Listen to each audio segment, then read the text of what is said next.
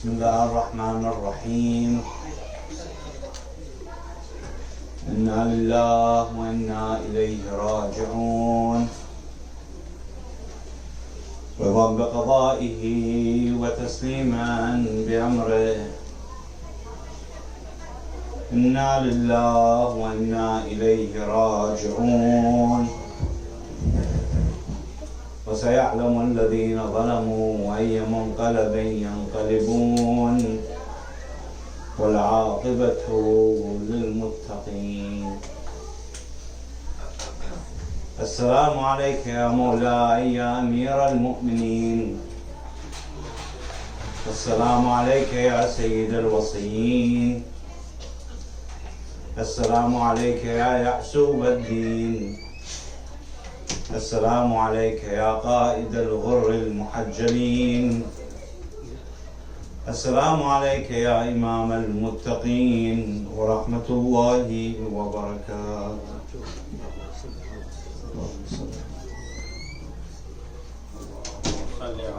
صل على محمد. It's one of these nights where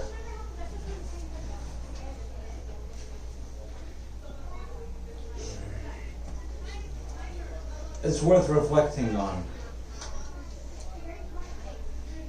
where every Shi'i person should feel like he's an orphan today.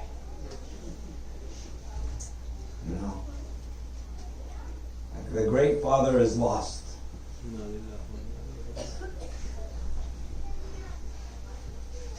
And it's something to say about the Imam alayhi salatu wasalam, and how he took care of his followers, even though at a chance where they did not let him breathe. Not once did they let him breathe fire. However, he made sure that this religion comes to us. And this is one of the lessons that we learn from the Imam, is that throughout his life, you see that he focuses on two things. He focuses on the knowledge of Allah subhanahu wa ta'ala and focuses on who Prophet Muhammad really is. And those are the two very, very important things that we ourselves have to learn from the Imam. An unbelievable amount of focus on these two things. In the middle of the Battle of Siffin, when he comes in and starts in a khutbah, imagine you're saying a speech, you're in the middle of a war. What are you going to say? He starts with Alhamdulillah Rabbil Alameen. You think he's going to pass by? No. It goes on, page and a half, 2 pages, just in praising Allah subhanahu wa ta'ala. And then, Rasulullah. Same thing. And then you get to the point. And there was a reason for this. Because if it wasn't for him pressing on who Allah is and who Muhammad is, there would have been absolutely no Allah, no Muhammad. This was the plan. There's a very, very interesting hadith in Bukhari, which says that when Ali ibn Abi Talib took his khilafah, he decided to pray Jama'ah prayers. The first time Ali ibn Abi Talib led a Jama'ah prayers after the Prophet passed away. And when he started to lead the Jama'ah prayers, he did the prayers. The companions said he reminded us of the way Rasulullah used to pray. Now you would think that, what is the meaning of this? You would think maybe he prayed slowly, he prayed clearly, he prayed, some sort of khushu'. I mean, looking at this hadith, that's exactly what you would think. He said, no, this is what happened. The difference between Imam Ali's prayer and everybody else's prayer, according to Bukhari, is this. He says, when he went into ruku', he said, Allahu Akbar. When he got up from ruku', he said, Allahu Akbar. When he went to sujood, he said, Allahu Akbar. When he got up from sujood, he said, Allahu Akbar. So what did they do to the prayers? He said, oh, now we are reminded of how Rasulullah used to pray. This Taraweeh prayers that you see every single night, the way they pray, even the way they pray right now, its benefit goes back to Ali ibn Abi Talib. Because that's not how they used to pray. Allahu Akbar was removed completely. Tell you something that we deal with is a very interesting question over here. In the Shi'i madhab, there's a difference of opinion on Salat al-Jum'ah. Salat al-Jum'ah, depending on who you do taqleed to, some of them say it's haram. Some of them say it's mubah. Some of them say it's mustahab. Some of them say it's makruh. And some of them say it's wajib. Now, all 5 ahkam relate to Salat al-Jum'ah in our madhab. Depend on the difference between the scholars. However, Dr. Suhail Zakar said something very interesting. He said Salat al-Jum'ah during the time of the Prophet was that they pray the 2 rak'ats first, and after that they do the khutbah, just like how we do Salat al-Eid. However, Marwan ibn al-Hakam, at the time when he used to recite Salat al-Jum'ah, he noticed that after the prayers, he used to start the khutbah, people would leave because he starts cursing Ali ibn Abi Talib. And amongst those people that were always leaving was Imam al-Hasan alayhi salatu wasalam.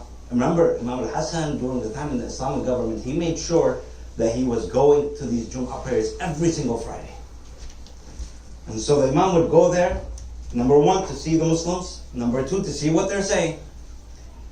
So when Marwan used to come up to the minbar and start cursing Ali ibn Abi Talib, Imam al-Hasan used to leave.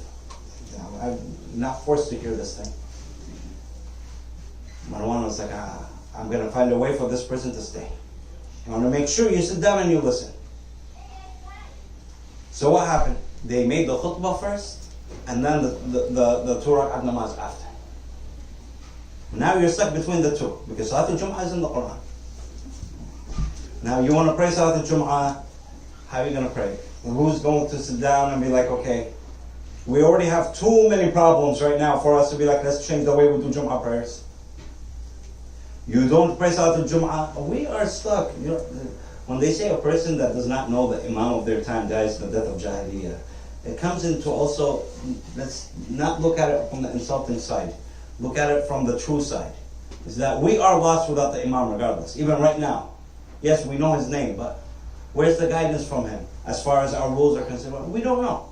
And because we don't know, when we die ignorant. And we are ignorant. The people that actually met the Imam, they had the privilege and they had the opportunity to gain that knowledge. Such as Humayd ibn Ziyad, such as Salman. Yeah, absolutely. We are lost.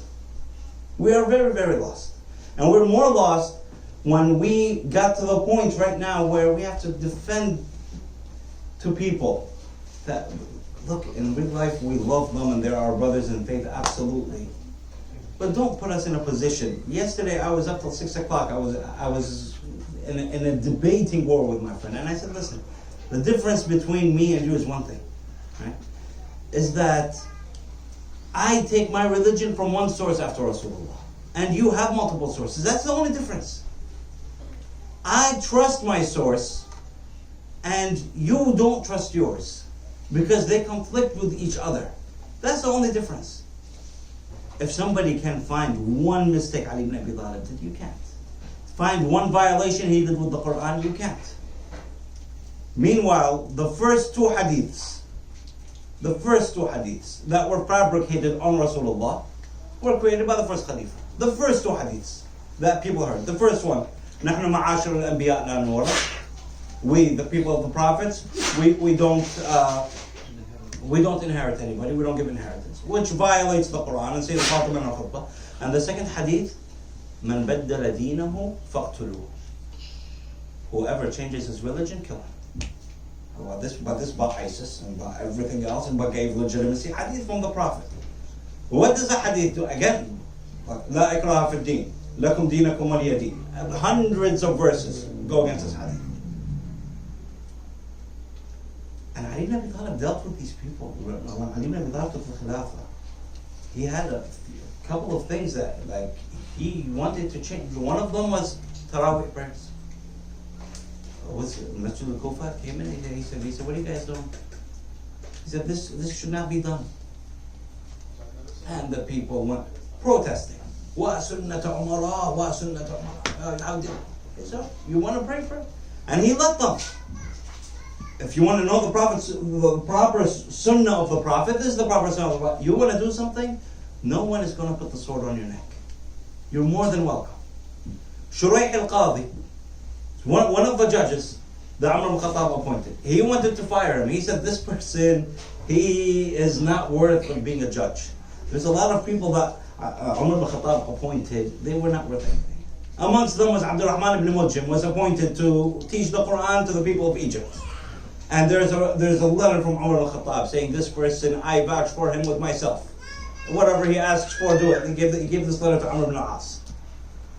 This Shuraih al-Qadi, at the end, he was the one that, during Ashura, he was still the judge. No, he had a 10-year that he couldn't get fired no matter what. In which he testified that Hani ibn Urwa was inside the castle and there's nothing wrong with him, and he's the one that testified that Muslim al-Aqid was going to be safe. And then Muslim al-Aqid and Hani both passed away. These are people that were appointed. However, Ali ibn Abi Talib stayed into this thing where I am not here to force you to be on any religion. Even the Khawarij that betrayed him, he didn't care. He said they betrayed, let them betray. They went against him, no problem. When did Ali ibn Abi Talib fight the Khawarij? He fought them when they killed an innocent person. And they killed these three people. They found a person and said, hey, do you love Ali ibn Abi Talib? They said, yes. And then his wife was there. It's like, how about you? He says, I'm on the same sect of my husband. And she was pregnant at the time. And they killed the father. They killed the mother. They opened the stomach of a pregnant woman and killed the baby over there.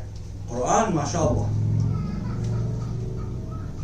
Believe it or not, this Khawarij group still exists today. It exists today, especially in Oman, the Ibadi group.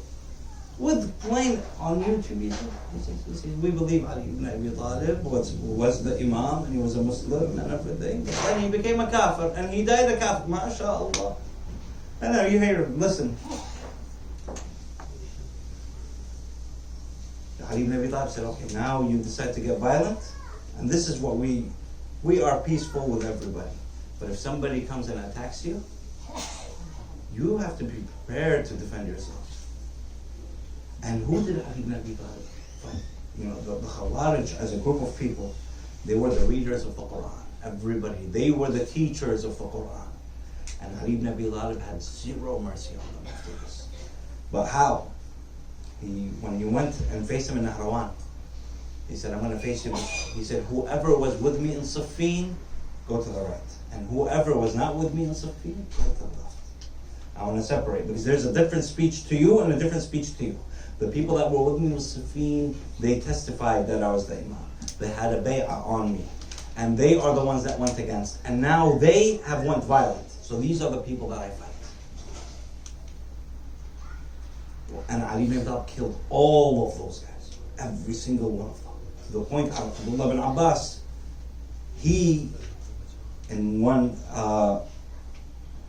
Abdullah ibn Abbas was appointed governor of Basra.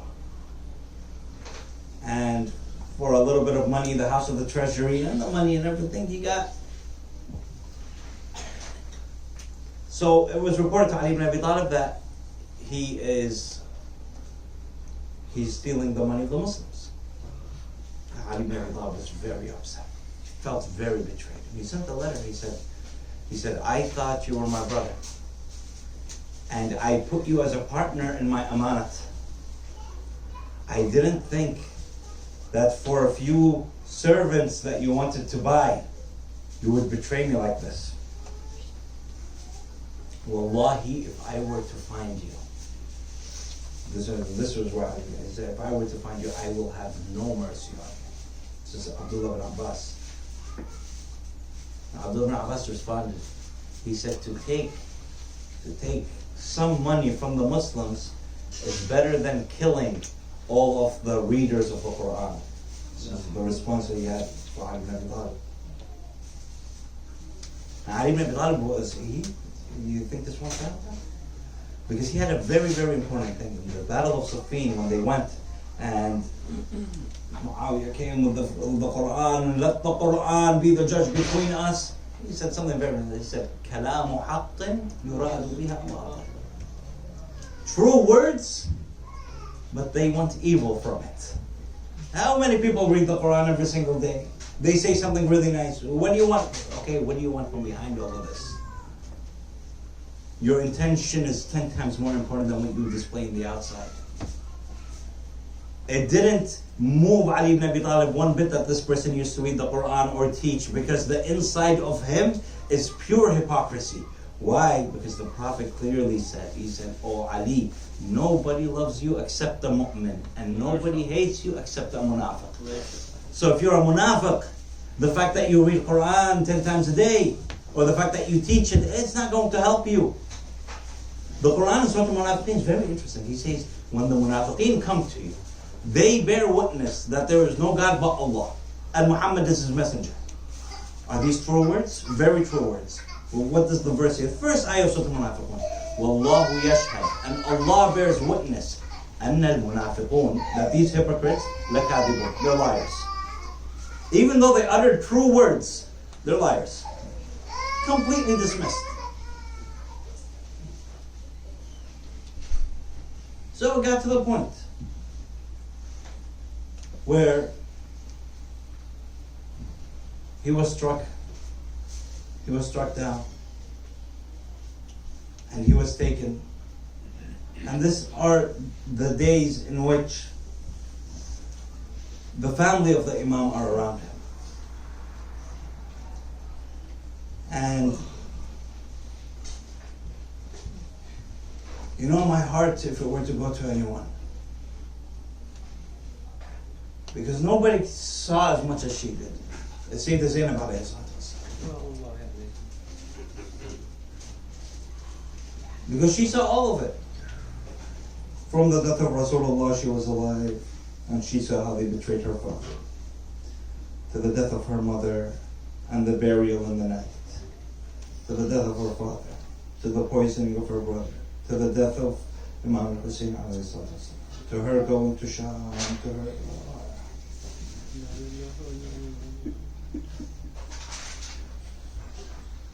It said that at this time, when the doctor told him, he said, "Give your will."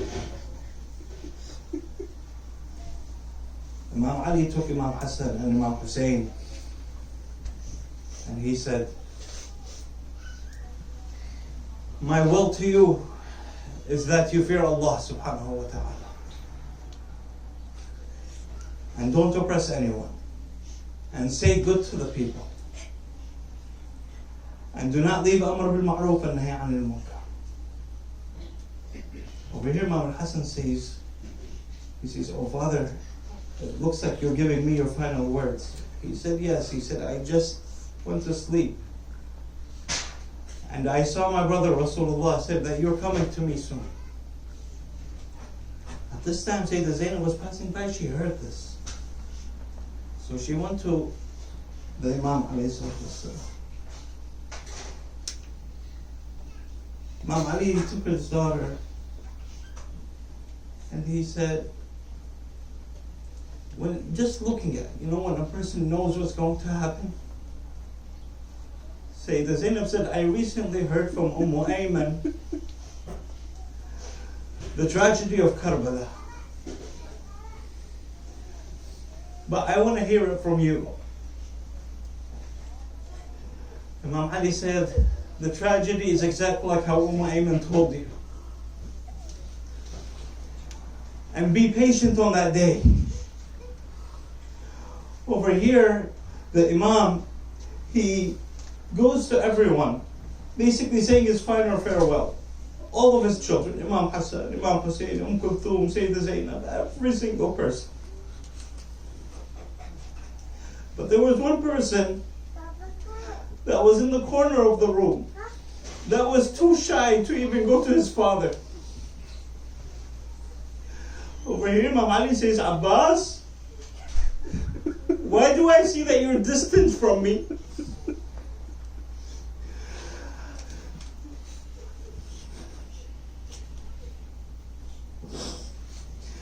So then Abbas alayhi salatu wasalam, he comes closer to his father.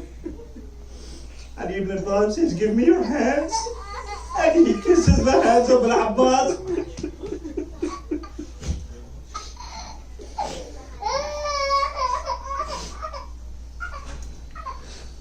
And he said, "May these hands have no shortcomings in supporting your brother Hussain." He looks at Imam Hussain and he says, "Oh Hussain, there is no day like your day." Because at that time they gave him milk. And this is the first time he drank the whole cup of milk. Over here, Ali ibn Abi Talib, he noticed that he drank the whole cup. He said, "Oh, my son Hassan, I want you to take a same cup of milk and give it to your hostage. Because I usually save some for half, but looks like this is my last rizq from this dunya." Over here, the Imam's forehead started to sweat. Sayyidina Zainab ﷺ said, "Oh my father, I see that you're sweating from your forehead." Ali ibn Abi Talib said, "I heard my brother Rasulullah say that a person, before he meets Allah subhanahu wa ta'ala, he starts to sweat from his forehead." Over here, Ali ibn Abi Talib ﷺ said, "Ashhadu an la ilaha illallah wa ashhadu anna Muhammadan abduhu wa rasuluh." Over here, his breath stopped. And over here, at this moment, after he said the Shahada, he says, "I leave you, I bid you, my family, farewell." And he left this world. And it said at the time, the voices that were heard from the house of Ali ibn Abi Talib shook the city of Kufa.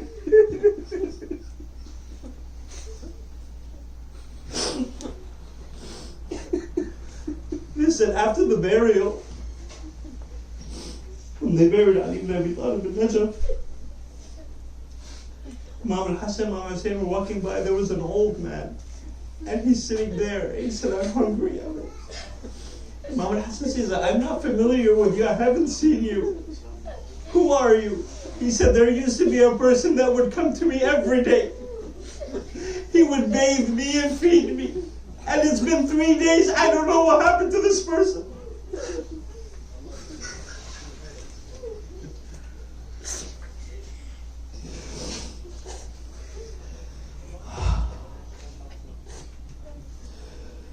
Inna Allah wa inna ilayhi raji'un. وسيعلم الذين ظلموا أي منقلب ينقلبون والعاقبة للمتقين. Brothers and sisters, one of the greatest nights in which the dua is accepted. I ask you to not forget me in your prayers. Inshallah, all of us, in the day of judgment, Ali ibn Abi Talib says to Harith, he said, "Ya Harith ibn Hammam, man yamut yarani." Whoever dies sees me. And we pray that in our day that when we go, we will look at our Imam in pride. Bismillah ar-Rahman ar-Rahim. Amma yujibu al-mustarra idha da'a wa yashfa as-su'.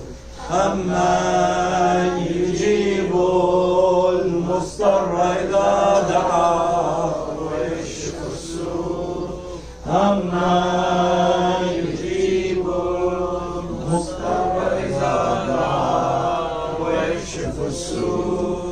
أما يجيب المضطر إذا دعا ويكشف السوء أما يجيب المضطر إذا دعا ويكشف السوء. Ask Allah subhanahu wa ta'ala. Allahumma salli ala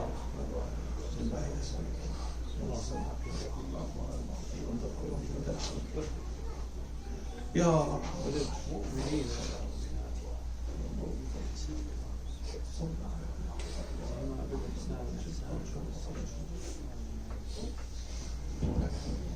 يا حسين يا حسين يا حسين يا حسين يا حسين يا حسين